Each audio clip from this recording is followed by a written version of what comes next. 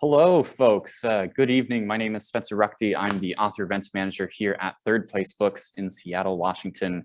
On behalf of the store, I am so pleased to welcome you to today's conversation between Gene Kwak and Catherine Lacey.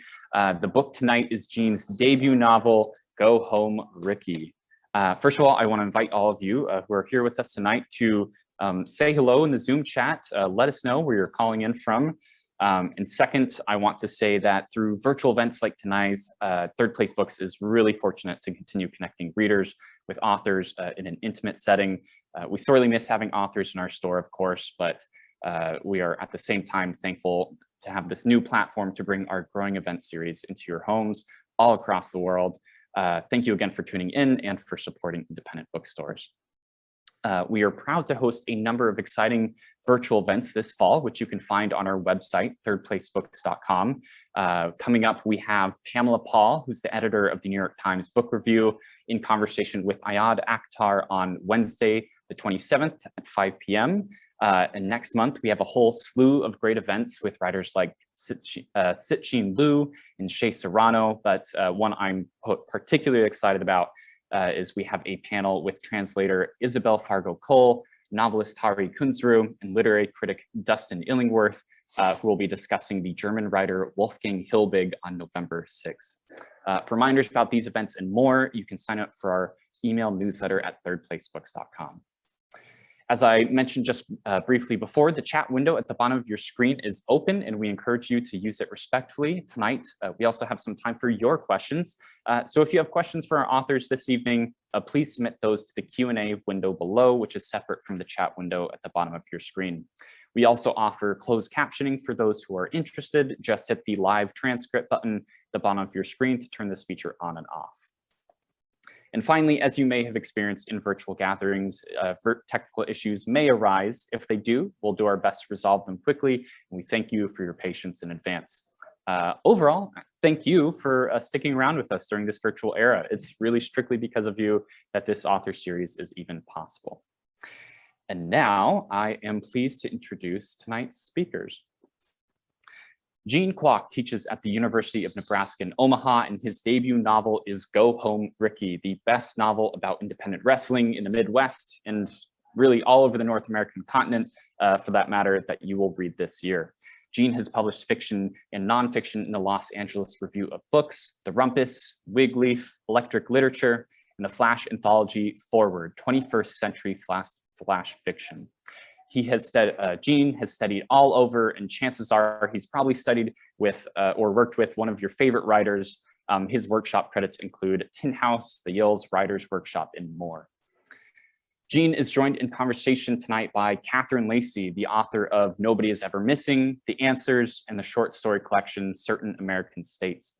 She is the recipient of a Guggenheim Fellowship, a Whiting Award, and a New York Foundation for the Arts Fellowship. She was a finalist for the New York Public Library's Young Lions Fiction Award and was named one of Granta's Best of Young American Novelists. Her latest novel, Pew, is out now in paperback. It is certainly Catherine Lacey's weirdest, or one of her weirdest, most provocative books to date, the novel that I hope she'll be remembered for years to come, and very much reminiscent of writers like Ursula K. Le Guin and the Hungarian writer Agatha Christoph. The book tonight is Go Home, Ricky, the book that Gabe Habash calls rambunctious and constantly surprising, and that Kimberly King Parsons calls bleak, funny, and bittersweet. Go Home, Ricky is about finding your people and finding your place in the world. Gene Kwak's playful, adroit prose is as offbeat as it is heartfelt. With that, I can't wait to join in watching this conversation with all of you tonight. Please join me in welcoming Gene Kwak and Catherine Lacey to the screen. Hi. How's everyone doing? Thanks so much, Spencer. That was a great introduction. I'm really excited to just go ahead and first say that this is sort of a little bit of a reunion because Gene was in, Gene and Spencer were in this workshop that I did at Tin House 3 years ago. And I'm just so excited that this was what Gene was working on, and here it is. And so happy Spencer could host from his new perch at Third Place, which seems like an amazing bookstore. yeah, I'm just proud and happy. And I know there was like kind of I ran the class sort of insisting that we didn't praise each other because it's easy to get lost in that when you're in workshop. But I have to say, it's a remarkable book. It's very beautiful. It's very impressive. And yeah, the no praise clause is out the window when you actually put the book out in the world. So congratulations on that. And that'll be the end of the praise section of this Zoom event. No, it won't be. But yeah, but I thought, how are you feeling just first? This is like day 2 of your Zoom tour. Yeah, I feel pretty good. I mean, it is one of the weirdest things where the other night I just like had this moment of dipping into sadness for a second. And I'm not a really sad person. Like, I'm just lucky that I'm just not a typically like maybe as sad as the average person, I guess is the best way to gauge it. But, you know, I had this moment of sadness and I was like, but then I had to sit there and think like, am I feeling sad because I'm actually feeling sad, or am I feeling sad because all these other writers have told me that that's what they feel when their book comes out? So I don't really know yet. I have to like look at it in hindsight, you know? I have like a meta feeling. Yeah. It's normal. It's a mix of things. Maybe it's not sadness. Maybe it's something so specific you've never experienced it before, and so you don't have a word for the emotion yet. Totally. We thought you would maybe start with a little bit of a reading. Yeah. I'll read a little bit. I didn't want to just read from the intro, so I'm kind of dipping around at the different readings and doing different sections. Yeah. I'm gonna read just this. It's a short chapter. It's chapter 4. When Ricky talks about going into improv comedy classes, and he meets like the love of his life, so to speak. Anyways, I'll read here. I met Frankie at an improv comedy class. This was 2 years prior to even getting eyes from ProMag. I was still a baby in the game, and my mic skills and general witticisms left much to be desired. Luckily, I was bouncing around in no-name circuits, and sometimes we'd be wrestling to a threesome of people who only paid because they thought it was an open mic night, and they needed cheap drinks in a dark place. I knew I needed help when, once, after I got done shouting a half-assed promo into the mic, an old man with tattooed roses across both hands and a sword across his throat stood up and mimed sucking a dick, saying, "Stop swallowing the mic, champ." That was in the basement of a punk club in Akron, Ohio. During a temporary hiatus from hitting the road, I came back home to Omaha and signed up for improv and sketch comedy classes. I felt like they could help me work the crowd, be at ease on the big stage, come quicker off the top. And I still owe all my slick talk savvy to that class, getting out of speeding tickets, off the cuff call and sick excuses, every crowd applauded monologue I launched in the ring.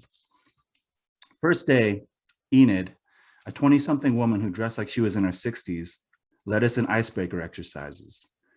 She wore baubles, trinkets, costume jewelry. She looked like a child playing dress up from her grandma's armoire. The jewelry was a few decades out of style. She also wore big, square lens glasses, and when they slipped off her small nose, she'd constantly push them back up with her first finger. She led us and followed the leader, Story Die, and the Johnson File. The group was 12 people of mixed races, ages, genders, and haircuts, stuffed into a dark classroom in a nondescript building that doubled as a community service center. Some nights we'd stroll past the next group shuffling in with their looks of shame, delinquents sitting through anger management sessions, or stop sign runners looking to strike a ticket from the record. Our crew looked like a group of patients in an ad for dialysis. Micah was a plumber from a legacy of plumbers. Loretta was a Black 40-year-old mother of 2 who secretly had Hollywood aspirations of being an extra on Empire and only did improv as a way to decompress from her day job and night classes. Kensington, or Kenzie as she'd rather have us call her, wanted to move to Chicago and become a member of Second City. She'd been a popular cheerleader at her high school, but she'd rather hang with the drama geeks and work on YouTube skits. And then there was Frankie. Frances Ray, but we could call her Frankie. She was quick, she got the biggest laughs, not even for the punchline so much as her natural timing and sincerity in each scene. She was also pretty in a way that was new to me. Later, she told me her dad was Irish Swedish and her mom was Black Creole. Frankie had light skin, curly blonde hair, and freckles. but she wasn't what most dopes would look at and finger as white. What I'd call her is a rare beauty. Stats show every pretty kid in the future will look like Frankie, but those fetuses fucking wish. Frankie and I gravitated toward each other like two little kids who are wearing the same superhero shirt the first time they meet. The moment we held hands for the scoop exercise, I felt a sizzle in the air that was more likely a mix of sweat and pheromones and static electricity. But I knew we were gonna fuck and fall in love and tear each other apart. And all the other dumb shit two incredibly good-looking people thrumming with sexual tension are bound to get wrapped up in. I was up for everything short of manslaughter. Actually, I'll stop there. It's a good line to stop on. I mean, it's a good line, period. But as I was reading, I was like, I'll just stop there. Yeah, it's you know, I feel like everybody's describing the book as it's about wrestling, it's about masculinity and identity, and it's like funny and all this stuff, but it's actually like a really like kind of in its heart like a really romantic book. And you know, like I feel like the way that this narrator talks about and like hopes toward Frankie and a future with her is like I don't feel like there's that many representations of like male affection in this way. I'm not coming across, and maybe I'm not reading enough men, but nothing wrong with that.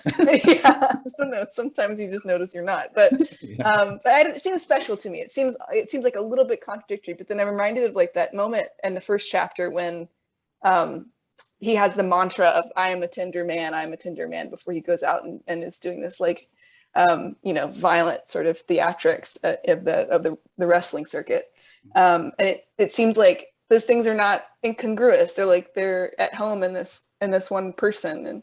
And just wondering, like in that realm of kind of the dichotomy between like his tenderness and his brutality and his like ability to be like large and masculine and all these things, like what were you going for? Or did you notice that as like a tension, or was it just like, do you see it as a tension, I guess is the question. Yeah, I mean, I definitely see it as a tension within himself. I also think that, like you were saying, there aren't too many representations. I mean, I'm sure we could, if we really, really thought about it, we could come up with some, but there aren't too many representations where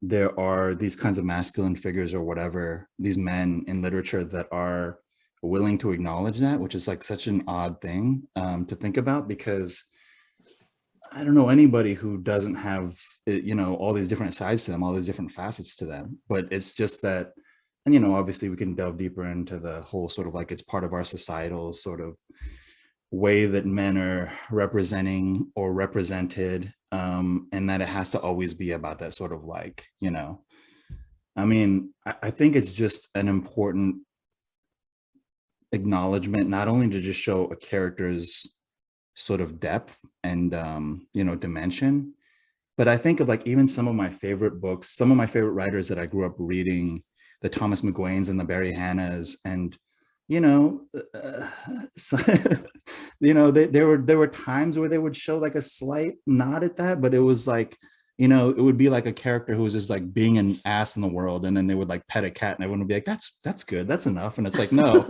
that's not enough.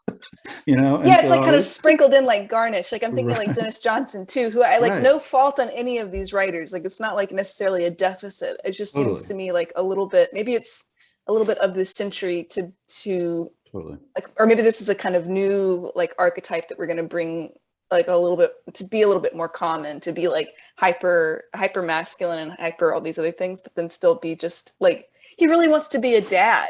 Like, yeah. And I feel like that's also like another thing, you know, not normally seeing like 20 something or just like young men like thinking about parenthood and like think like, I feel like women, it's like books about parenthood or books about motherhood and they're only written by women. Totally. And like there is a little bit of that here too. And I mean, I guess it makes sense because he's on this quest to figure out who his dad is and everything. But yeah, I don't know, maybe like what does parenthood mean to him? That like what is he is it really just about this romance that he has for Frankie, or is it something else? I mean, I think it's I think it's part of that. I think it's part of his like connection to her. Cause I think that, even when I think about myself, I don't have kids. I'm not married. But I love I love kids. I have nieces and nephews that anybody who knows me like knows how like my social media is like nothing but Yeah. videos and photos of my nieces and nephews. And it's the thing about it is I think it's like when we have to me at least, I think it's like difficult, and I totally understand why people have those perspectives about I don't want to have kids, I don't want to get married, whatever. I totally understand how difficult the institutions and the histories behind them. But I've always been a person that thought like, yeah, but I can't say that I wouldn't find the person, the one connection that would maybe lead me down a different path. I always thought that possibility would always be there. Yeah. And so that's kind of how I envisioned Ricky approaching it. And that like, I never really thought about, I've been thinking about being a wrestler. That's like the whole like, like Yeah. streamlined focus. And then he meets Frankie and he falls in love. And then he realizes, oh, wait, we're supposed to have this kid. And like, suddenly I'm having these feelings about it that I didn't know I was going to have, so. Yeah. Part of it comes from he starts to see this about himself once the opportunity is actually presented. I mean, he's 25. It's not like he's really needed to have like made a decision about whether he's not 45, Right. I wondered though if we could take a step back for a second, and like I know you from this workshop a little bit, but like, and I know your bio, and I know you're in Omaha, and I know like you are in Omaha right now, right? Yeah. And I found that essay that you wrote about going back to Omaha after getting your MFA, and like it seems like you really love Omaha. I wonder if your feelings had changed about that. But before we talk about that, I was wondering if you could just give me the part of your bio that's never going to be in your bio. Do you know what I mean? At what point did you start writing, and why? And yeah. So without getting like covering too much, but when I was so I never knew that I wanted to be a writer. Like I had never had aspirations of being a writer until I was like 23. I talked about this maybe in one other interview, maybe, but and like maybe in the classroom a little bit, but I haven't really talked too much about it. What were you doing before 23? Just fucking around, like getting into trouble. I mean, I was so my family came over here. My parents came over here in the 80s from Korea. We had like no money. Part of my love for literature came because we would just go to the library all the time because it was like the form of free entertainment. And so I always read like voraciously as a little kid. Once I got to high school, it kind of stopped. But like as a little kid, I was reading all the time. I was in my elementary school, I think 5th, 6th grade spelling bee. I like went to the district spelling bee and I didn't even read the damn book. They give you a book of like 1,000 words and I'm like, I'm not reading this shit. Like I'm a little kid. I'm trying to hang out, And I ended up going like 4th, 5th place in the district spelling bee just off sheer like reading. Just off like reading, just constantly reading. Being like a snot-nosed kid trying to like spell these like multisyllabic words or whatever. But yeah, I was just, like a lot of young immigrant kids and especially like a lot of young immigrant men, just like you just feel like you don't have a place. And so, we got into trouble. We were involved in gangs. We were doing not great things and, selling drugs, etc. And when I went into when I graduated high school, I didn't even know if I was going to go to college because I was like, my GPA is trash. But I ended up going to, University of Nebraska, Lincoln for like a semester, dropping out because I just never went to class. Went to UNO, which is where I actually teach now, which is like a weird full circle moment. And I love UNO, but I would go and I would honestly just like go to class, or I wouldn't even go to class. I'd go to campus, get high. And I hadn't read, I stopped reading in high school, but then as an undergrad, I would just get high and then I would go to our library, and our library had an incredible fiction selection. It had like the best American short stories from like #1 to like whatever year that was. It all the best fiction, and like nobody was up there reading it because people only hit the library up for research or whatever, And so I would just sit there, get high, and just read and read and read. And I had a couple professors pull me aside and be like, hey, Gene, you have a strength for this. Why don't you pursue this? And I literally, Catherine, I'd written as an undergrad, I wrote my second story ever. Before that, the first story that I ever wrote was in fourth or fifth grade. So there was almost like a 15 year. But see, that doesn't seem that unusual to me, because I don't think that like, especially if you're, I mean, it's one thing if you like have some sort of fantasy about like when adults ask you, what are you gonna be when you grow up? And you're like, oh, famous writer, you know, it's like one of these kind of like, you don't know what that even means, you know, when you're so young. But I think it's hard to, it's hard to picture it, you know, like when you're younger. And I guess like I don't think I wrote any fiction until I was in college either, you know. And it was kind of like go this way or go that way. I didn't really know what I wanted to do either. But so I don't think it's that unusual. But I guess like gangs and stuff, that's maybe a little bit not as normal. I mean, yeah. So and then I kind of, you know, started taking myself seriously, and then you know, got to grad school, and then just kind of went down that pathway. But you went to Emerson? No, I went to UMass Boston. Oh, UMass. Okay. Yeah. Cool. Yeah, and then, you know, just went from there. Yeah, and so originally, I feel like we even knew each other a little bit like through the internet and like the HTML Giant days. Like I feel like you were on like Wigleaf, and I would see your byline in different like these little flash fiction. I mean, I don't want to diminish them, but like blogs, basically just like blogs of the around 2008. It was like anybody that wasn't around for it. It was like the internet was just smaller, and there wasn't Twitter, and there was just like, it was like this little like cluster of these websites people would just make and then like publish flash fiction, you know, on submission from strangers. And it was really pleasant. So I feel like that's where you first were kind of like publishing things and sort of like getting your sea legs a little bit. When you were doing that stuff, were you like, oh, eventually I got to write the novel? Or was it just like, I'm content to be doing my flash fiction and like, you know, stories? And I mean, I was just, you know, like a lot of grad students, I was just like figuring out what I was like trying to figure out my voice. Getting in, like, it's still kind of just being ridiculous, like, you know, like a lot of grad students drinking too much, and you know, trying to take the work seriously, but also socializing like a lot. And but I think part of it was the way that I kind of tapped into that scene a little bit was that, you know, our cohort of writers were like great people. We just didn't have a lot in common, like aesthetically we weren't reading the same people at all. And so it was right when, like, you know, people like Blake Butler were showing up, and people were writing things on their blogs, and it felt like kind of like the Wild West in this way, where people were just writing incredible missives and things on their blogs, and, you know, this is how you be a literary citizen. And I mean, I will say, like, the one thing, and I don't know how you feel about this, the one thing about that time that kind of, it doesn't like upset me, but it makes me feel like I wish there were better clarification for people who weren't there at the time, is that it kind of all gets lumped under like this alt-lit banner, because it's so bizarre. And I'm like, no, that's not what was else to call it. No, not at all. I mean, that was like a cluster of people there that were sort of understood as like, oh yeah, okay. Group. A specific group. And the only thing that was really connecting all of us was the internet. But like that's not a common denominator. Blogspot. And whatever the other one was, WordPress or whatever. Right. But there were different people doing different aesthetics with different concerns, and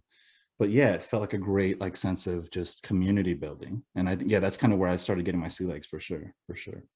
Yeah, I mean, I was kind of the same. What was like the transition for you? Like, I mean, were you trying out novel ideas like multiple times, or were you just kind of waiting to get the right character, the right mood to strike you, and this was it? Or were there like other discarded novel drafts along the way?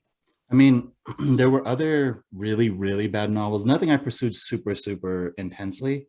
The first 50 pages of Ricky, like once I figured out, all right, I got to stop trying to be this other kind of writer. I just got to write in the voice that like I have to write in. And so once I started writing those first 50 pages, I sent it to a couple people, Jacques Jem and like Mike Young and other mutual friends of ours, who gave me feedback. And then actually the shift to like that summer, I mean, trying to keep a long story short, I'd applied to, I was on the adjunct grind, and just one more, like I'd done so many interviews, and those interviews are so damn long and drawn out, where you're interviewing over like 6 hours with multiple groups of people.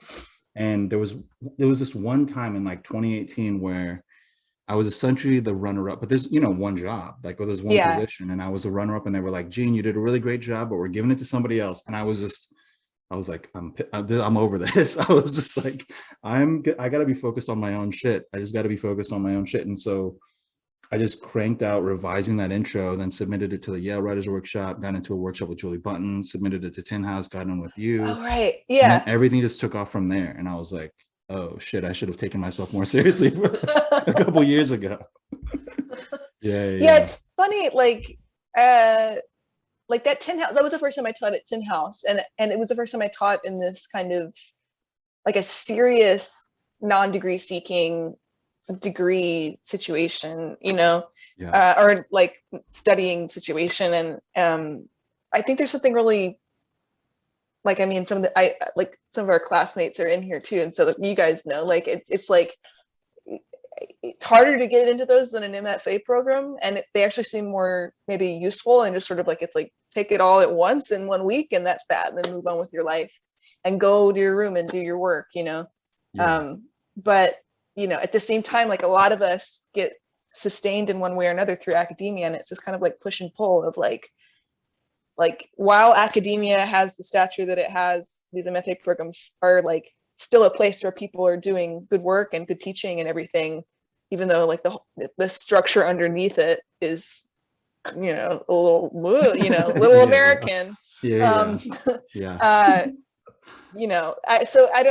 kind of wonder what it's going to look like in 20 years, and will there just be like a lot more of a Tin House, of like a bread loaf or whatever. Yeah.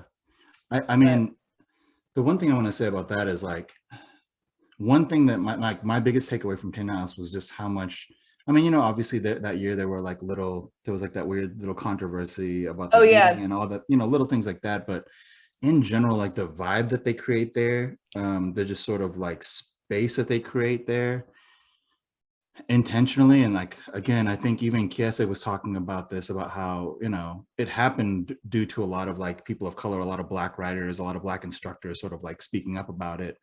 And, to their credit, Tin House was like, yeah, we need to get on. And it seems like that since then, they've only been getting better at this, about like listening to people.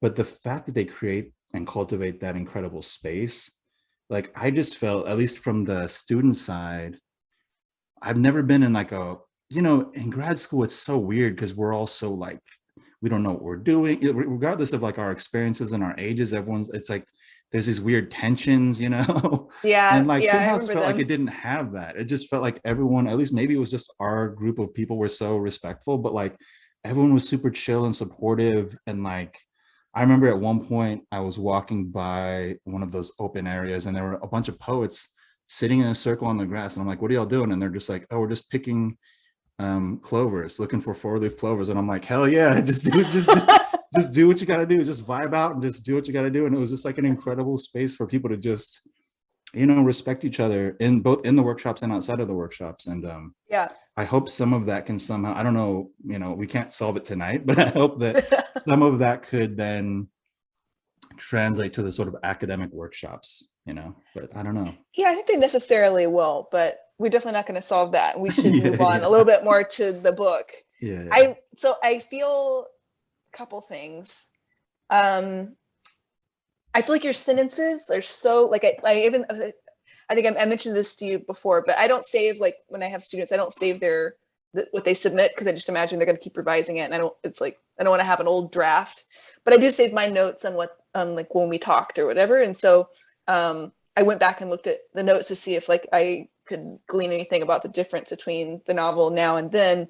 And it does seem like there was like it seemed like you already had the tone, you already had like your character, you already had, like, kind of knew the direction you're going in, and you had a sense of like the sentences are so they're so meaty and fun and like playful and alive and all these things. And then in this other way too, I feel like so today on Square Books, apparently in Oxford, Mississippi, had Go Home Ricky up with the photograph of Barry Hannah. It's like they always have that same photograph of him there. Like, it's like he kind of floats around the bookstore and they just pin him up somewhere. Yeah. They're like, oh yeah, Barry Hannah would blurb this book if he was alive to do so, or something. I don't know what they had him kind of blessing the book. And I was like, yeah, exactly. And I was thinking that the whole time. your prose reminds me so much of him, but also Gary Oletz and Adam Levin and Sam Lipsyte, and those are the kind of writers that I saw in the prose in a certain way. And I'm kind of wondering, like, sometimes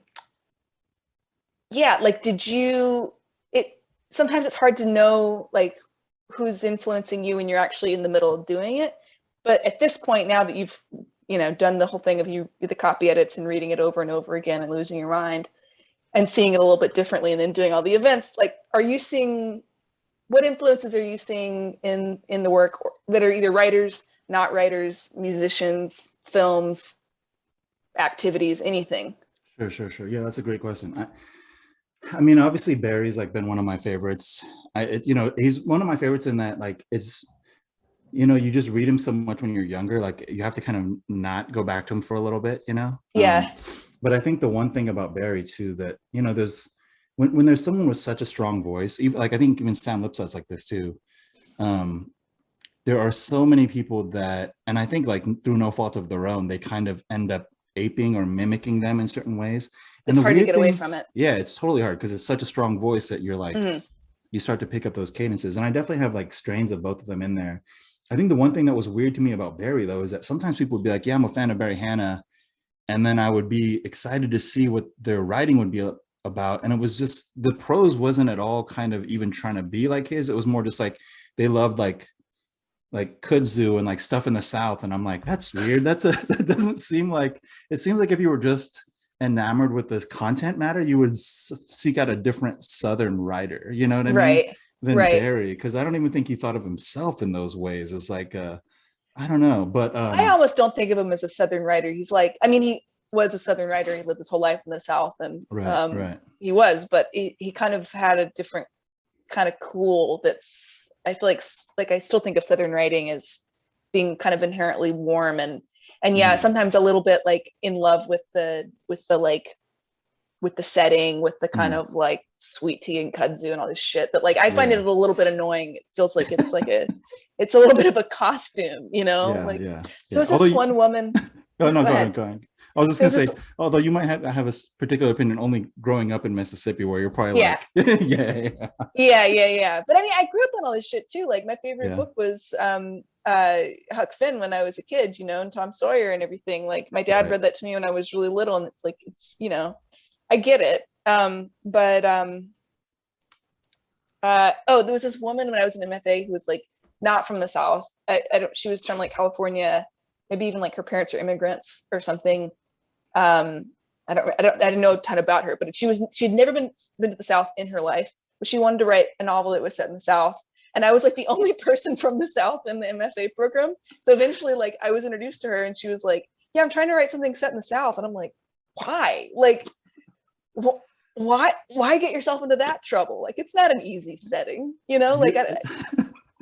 Catherine, did you ever see the movie Three Billboards Outside of Billings, Montana, or whatever it's called? I never did see that.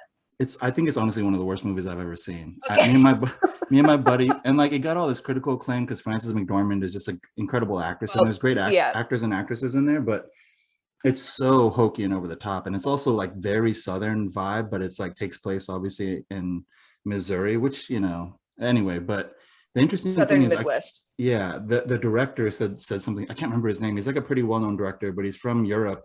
And he was like, yeah, I was on a bus tour one time through the South and I just like loved it so much. I wrote this movie about it. And it's like, dude, you can't just take a passing glance through a whole region and be like, I know this region. That's why that movie it's so weird tonally. It's like so awkward tonally. But it does do this to people though, but my feeling about it is that it's like the people that, I don't know, that like they, like the reason the South has this weird pull on people is that it's like a lot of niceties over just like bloodshed and like some of the shittiest discrimination and like power imbalances and racism, and just like it's so entrenched in the culture, and yet we're so like, hey, how you doing, come on in. Everybody's kind of putting a nice face on things. It's like it's a funeral, it's like it's a disaster zone that like everybody's sort of pretending is like something else. And so it's that kind of eerie, like everything's great and everything's not great at the same time. I feel like that's what pulls people in,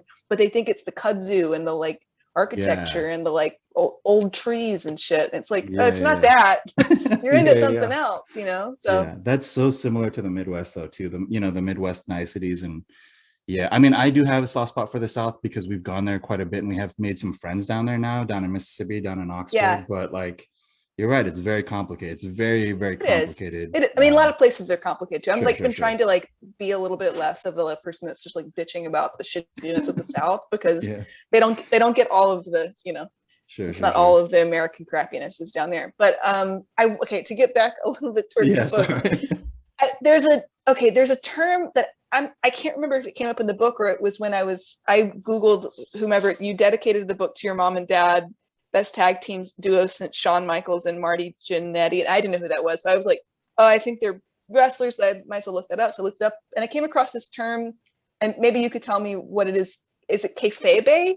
Oh yeah, kayfabe. Yeah, yeah, kayfabe. Yeah, Kayfabe. Can you please yeah. explain kayfabe to people that don't know about it? Sure. I mean, it's just this idea. So like, part of what was so interesting and so nostalgic for me about like even writing about wrestling, because I've done an interview for the press thing with like a wrestling website, and they were like, Yeah. what are your feelings about what's going on now? And I was like, I'm just gonna be honest with you, I honestly don't know what's going on right now. No, keep up. I've kind of been staying somewhat abreast of what's going on right now, but it's all at arm's length. But for me, the whole reason about writing about wrestling was like the sense of nostalgia that I had from growing up. But like in the 80s and 90s, well, especially in the 80s, this kind of started disappearing more in the 90s, but it was still presented as like real, you know? And Yeah. there were like, and the journeyman wrestlers who were like ever asked about the reality of it were just like straight up. There's an interview where I can't remember who it is, asks a wrestler like, oh, this whole thing is fake, right? And then the wrestler just like slaps him in the face to show him that it's real. And I get that it's difficult because, you know, their bodies genuinely are on the line. The narrative is scripted, obviously. But now, so like that doesn't matter. And that's basically what that term means, is like the sort of like, you know, the reality, the persona, like back then they would act like the persona was real. And so when you watch wrestlers from the 80s, they had to sell it like all the time. When they were like going on these small towns, they would have to, they couldn't break character. Macho Man Randy Savage always talked in that voice, that gravelly voice, you know, that he used to like sell you know, meat sticks with. Like he would always talk in that voice. And so now we live in a reality where all athletes, we just know more about them because of social media. And so it's kind of beyond the point now. Like it doesn't really matter. But I do think it's interesting that, I don't know, there's some mystery obviously that's lost because we know so much about them now due to social media, you know? Yeah. So it's basically that persona thing. Yeah. I mean, I never got into like watching wrestling. I was like too old for that. By the time I got interested in combat sports, it was too old to watch it, I guess. But and I feel like it's one that's like comic books or something. It's like really hard to like start getting into comic books in your 30s. Like you kind of have to like be bitten by the bug pretty young and have like a feeling for it.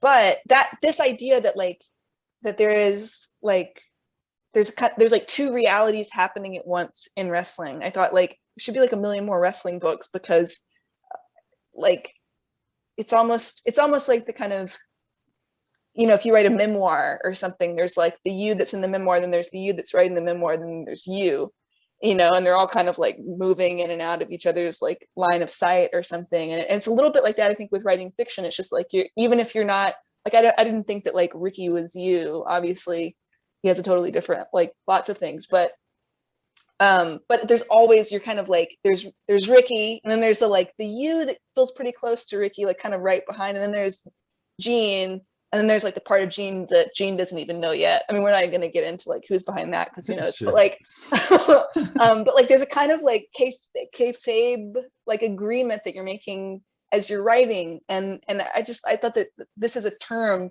that like the wrestling culture could be the self-aware, that they had a sort of term about like not stepping over this line, or sort of like the idea of maintaining this illusion, even though everybody knows it's fake, but also nobody does. And also like we can have these paradoxical things happening at once. I was like, that's the whole point of fiction. This is the whole point of fiction. It's like right there. I know, You know? I know. It gets kind of spelled out. I never knew about it. Yeah, it's so interesting to me too. And like you said, it's so I'm actually surprised that there aren't more books about wrestling. I have like a short list of like books coming out on LitHub in maybe a couple of days, I think, where there's a couple books that talk, like Brian Oliu has a great essay collection that just came out this year about wrestling. But you're right, it's so rife just for further dissection because of, and like one of the biggest reasons, and then we can move on about like why I even wanted Ricky to be a wrestler, was because it's like the bravado, you know, being able to create this character that could just like riff. That's like almost as important, if not more important than the wrestling, is like being able to sell yourself, you know, the persona that you create. And it is like, it's somewhere in between like improv and athleticism, you know, or it's, but then also I wondered, do you have, we were talking a little bit earlier about just like combat sports in general. Did you like train in like jujitsu or boxing or kickboxing or like that, like before? Yeah, I did years of taekwondo and a little bit of boxing with like friends who are boxers. I was more just like learning informally about boxing from friends who are boxers. But yeah, I did taekwondo for years and got up to a black belt, but then like quit as I got older and, you know, got into other things or whatever. But things can get broken too. Yeah. And so yeah, I did combat sports for years for sure. And so the physicality of it like really connect. Like obviously wrestling is its own thing, but yeah, I almost did. They've got, because like I said, I think I've mentioned this maybe elsewhere, but in Omaha, we're not even that big of a city compared to obviously larger metropolitan cities, but we have like 3 wrestling organizations. One is just now about to go on hiatus due to like COVID stuff, but there's 3 wrestling organizations that sustain themselves in this city. The fandom is there, the fan base is there, the wrestlers are there, and so they even have these like wrestling classes you can take. And I was like, damn, should I try this out just for research? And I was like, no, that's okay. it's fiction for a reason. I'll just make this shit up. But these in your 30s are just not the same thing as when you're a teenager. Exactly. Yeah, I was sort of amazed by this too. And I lived in Oxford for a year. There was like an MMA, there were like 2 or 3 like MMA presenters like in like the North Mississippi area.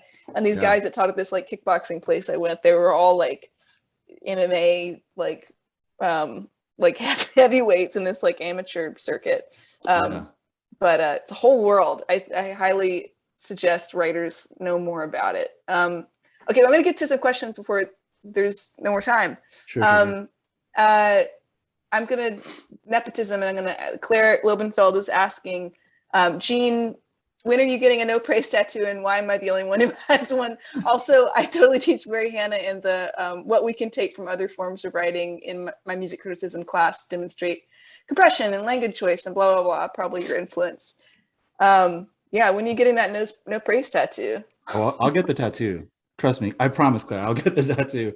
I've been meaning to get the tattoo. I haven't gotten a tattoo since you know, the pandemic, but I think I'm getting, I mean, there's a long story. Like I have like family members dealing with health issues that I've been like really careful. So I've been like super on lockdown and very careful. Like I've barely traveled. I've like seen friends here and there, like in, you know, socially distanced, but like I just got my 3rd booster shot. So hopefully tattoo soon. Great. That's a legitimate answer. Yeah. You don't know this, Catherine, but one of the days at Tin House, so they're very easygoing about this, but they were like, hey, you know, obviously I think you could only take a certain amount of food or certain types of food. I can't remember what the food rules were or whatever, certain kind of, I don't remember. But anyways, one day I just ended up getting way too much food. Like I got like 3 slices of pizza, 2 hamburgers, 2 shakes. I don't even remember what I was just packing on there.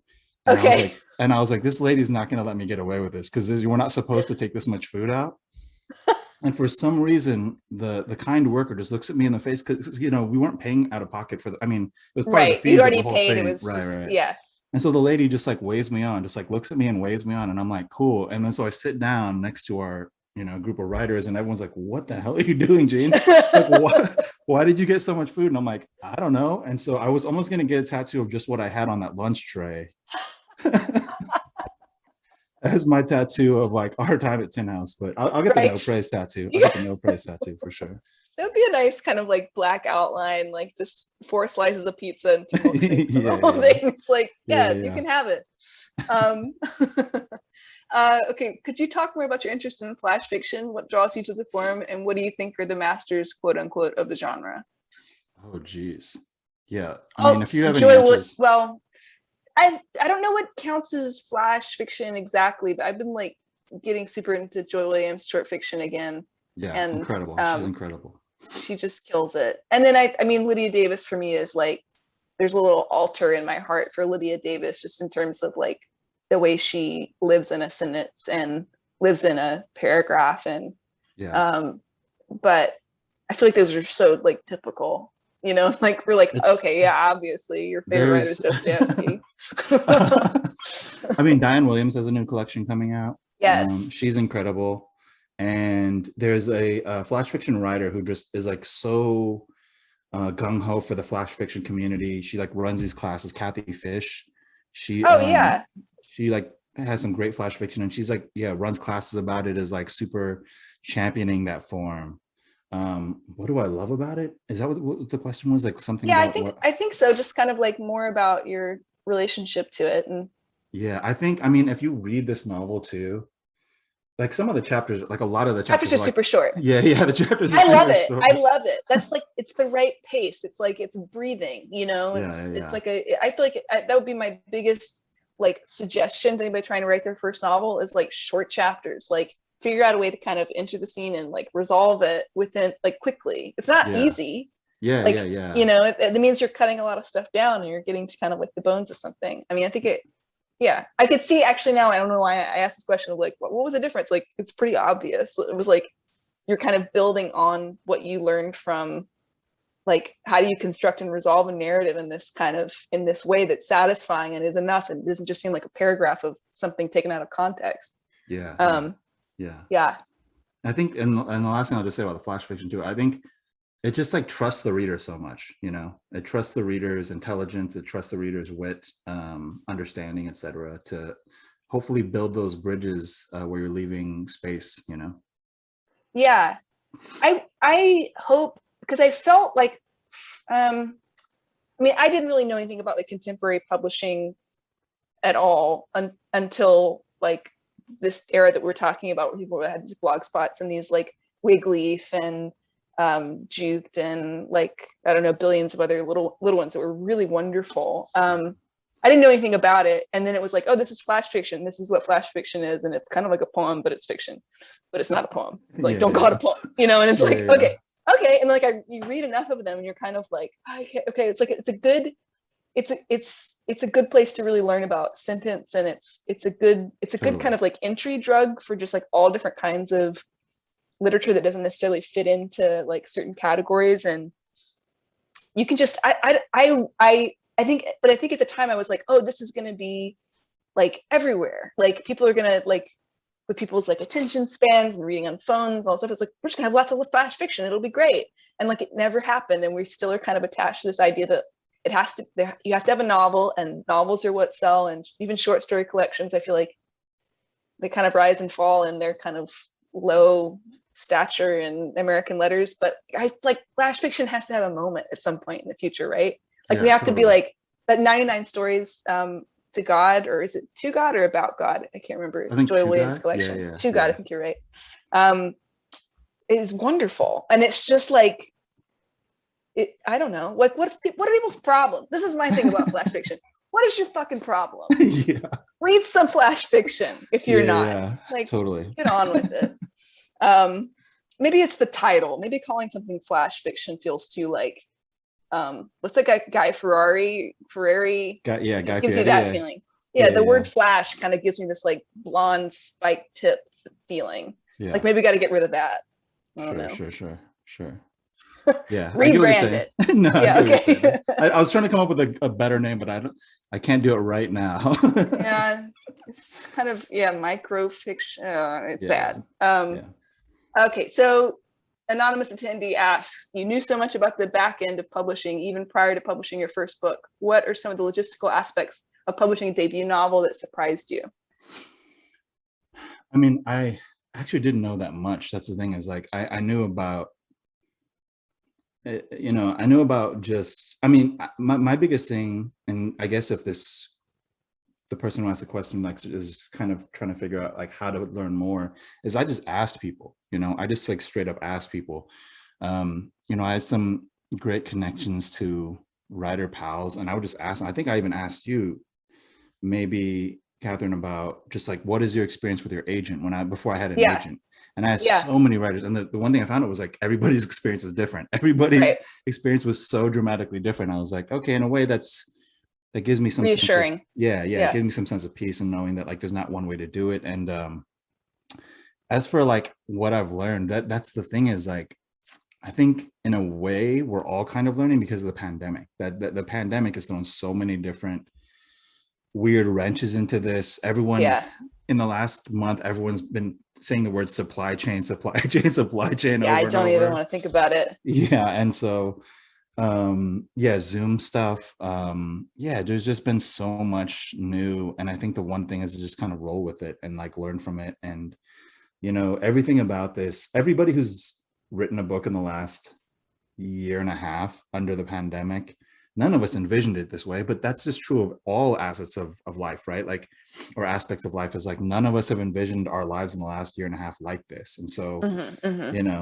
I know somebody was like, Gene, did you picture your debut novel coming out this way? And I'm like, of course not. Number one, how could I have imagined that this shit obviously would be not going right on? Right. Global pandemic. If you should have done something. It's if I was like, yeah, you know what, I did picture a global pandemic coming out and I'd pre-planned for it, that would be absolutely bonkers. I would be in a different line of business but like, I get it. It's like people's dream is to like read to a bookstore of people or whatever, but like you just kind of have to roll with it because we're all kind of struggling through, so right. yeah. Right. But you kind of finished this real quick, and you seem to like not know how you did it, which I think is natural. But like, at what point did Sarah get involved? You met her at Tin House, or yeah. So at Tin House we have to do that thing where we sign up for the agents beforehand. Yeah. And I actually didn't sign up with Sarah. I ended up signing up with Kirby Kim, who's also great. Although we ended up just talking about the Lakers the whole time, which I feel bad for him because like I don't know if they're gonna do great this season. Anyway. No, but I'd met Julie Bunton at Yale before, and Julie and Sarah were friends. And Julie, I think, just sent her like a message like, hey, look out for Gene. His stuff's really great. And so Sarah and I just met for like coffee. And like during one of the mornings, we just talked for like an hour. Which was really great to like build that connection. And then, I didn't immediately send it to her. I think I waited like maybe a good while. It was maybe at least 6 or 7 months where I waited of just working on it. Cause then I saw her again at Tin House, or not at Tin House, at AWP the next year. Right. And then sent it to her after that, shortly after AWP.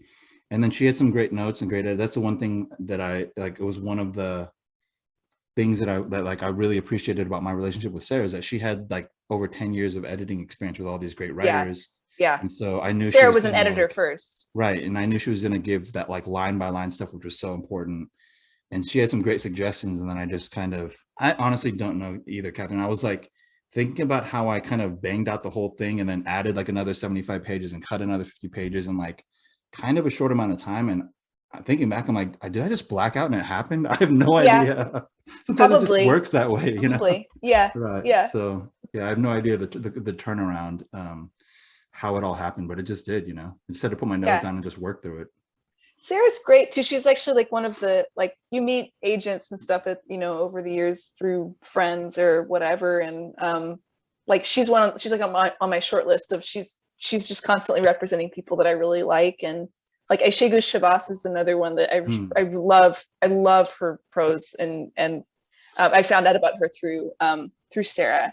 I think we have one last question from Sean, another Tin Houser. What are you working on now?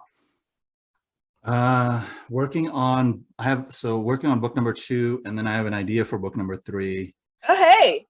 I don't know. The weird thing about working on this novel is I was like, maybe it sounds like ridiculous, but like this form just feels so comfortable to me. The novel? Yeah, the novel. Like, yeah. I grew up always romanticizing being a short story writer. Like most of my favorite writers were short story writers. Yeah. I love short stories. Some of the things that have touched me the most in my life have been short stories. And so I was always like, yeah, I'll be a short story writer. And then just the novel, just being able to riff and sort of like in that space has felt so comfortable to me. And so, yeah, I'm working on book number 2. It's like the first big thing that I'm going to work on being a Korean American, like talking about being Korean American. Yeah. And I think the most interesting aspect of it for me is that, Catherine, do you know that that short story collection After Parties by Anthony Vyasna that came out to like big acclaim I recently? haven't read it yet, but I it's like on my short list. Yeah. It's so great. And one of the things that I love about Anthony's stuff is not only is it funny and it's lyrical, but he writes about like Cambodian people, like Cambodian Americans who are like dealing with the after effects of everything that happened with like the Khmer Rouge and all that kind of stuff in Cambodia and that genocide. But like, how does it affect the contemporary generation? And like so many people, I think, so many people of like the Korean diaspora or whatever, love to, or not even love to, but they just are obviously gravitate towards like what happened with regard to the Korean War and the fallout of the Korean War. And so my interest has always been like, what about being Korean American now? What about how all that shit has like trickled down, all that trauma, all that intergenerational stuff has trickled down to like how we live now. So that's kind of what the book, I mean, it's about a bunch of other things too, but right. Yeah. So but that's kind of providing a backdrop for you to work on something. Yeah. That's great. Yeah, what are you working on? What are you difficult. I don't know, man. I'm like, I'm in a kind of like, I'm like, I mean, I don't know. I blacked out for the last like year and a half, like finishing something. And now I'm kind of a little bit like confused. Yeah. I don't have really my sea legs yet, Yeah. but, yeah, but I kind of want you to get the last word. It's 9 o'clock. Oh, is it already? Yeah. What are you reading now? Let's just go with recommendation or what have you read lately that you've been like, this is the shit? What have I read lately? I recently reread Jenny Zhang's Sour Heart story collection. I just love that story collection so much. Yeah, so funny, so just absolute like bonkers, dark, and just ready to go there. Yeah. So yeah, that's what I reread. Great, recently. I will sign off on that. Oh, that's and picking the Eastern Conference this year. I don't know what that means. Somebody's asking this. I don't know. I guess I have to go for the Chicago Bulls because one of my favorite players is playing for them right now. Oh, I just want to, can I add one real quick thing, Spencer? I said this last night in last night's reading too, that obviously any of us who were kind of paying attention to what's going on in the lit world were kind of devastated by the fact that we found out that the Believer magazine is going to be folding. Yeah. And so this has kind of just been my shout out to like support the small presses, the small magazines, the independent bookstores that are really like the backbone of literature. Because like without places like Third Place Books and the Believer and these like independent presses, it's like, you know, that's like I said, that's like the lifeblood of literature. Yeah. So no, the Believer's truly an amazing publication. You know, it's published everyone from Toni Morrison to, you know, debut writers, and they have the most incredible most incredible interviews with writers and artists of all kinds. You know, the art director Kristen Radke is also amazing. I mean, what they've really done. She reinvented it. But it died. Here's the one thing: it died once before. It folded at one point for a couple years, and it got reborn at Black Mountain. And I think it's maybe that's right. Yeah, right. Managed correctly. Like I think it, and so potentially not all is lost. You know. The Believer is dead. The Believer is alive. The Believer it will rise again. Sure. Yeah. Yeah. No, well, thank you so for much, y'all. Thanks so much for doing everything tonight. So yeah, thank you both. Yeah, Gene and Catherine. This was such a wonderful conversation. Will now live immortally on the internet. Okay, great. I apologize to both of you. No, but seriously, everyone, please go buy a copy of Go Home, Ricky, debut novel by Gene Kwak. It is a brash, wonderful book. Can't recommend it enough. Here's to many more. And here's to many more books. Yeah. Thanks, y'all. Have a good night. Have a good night, everyone.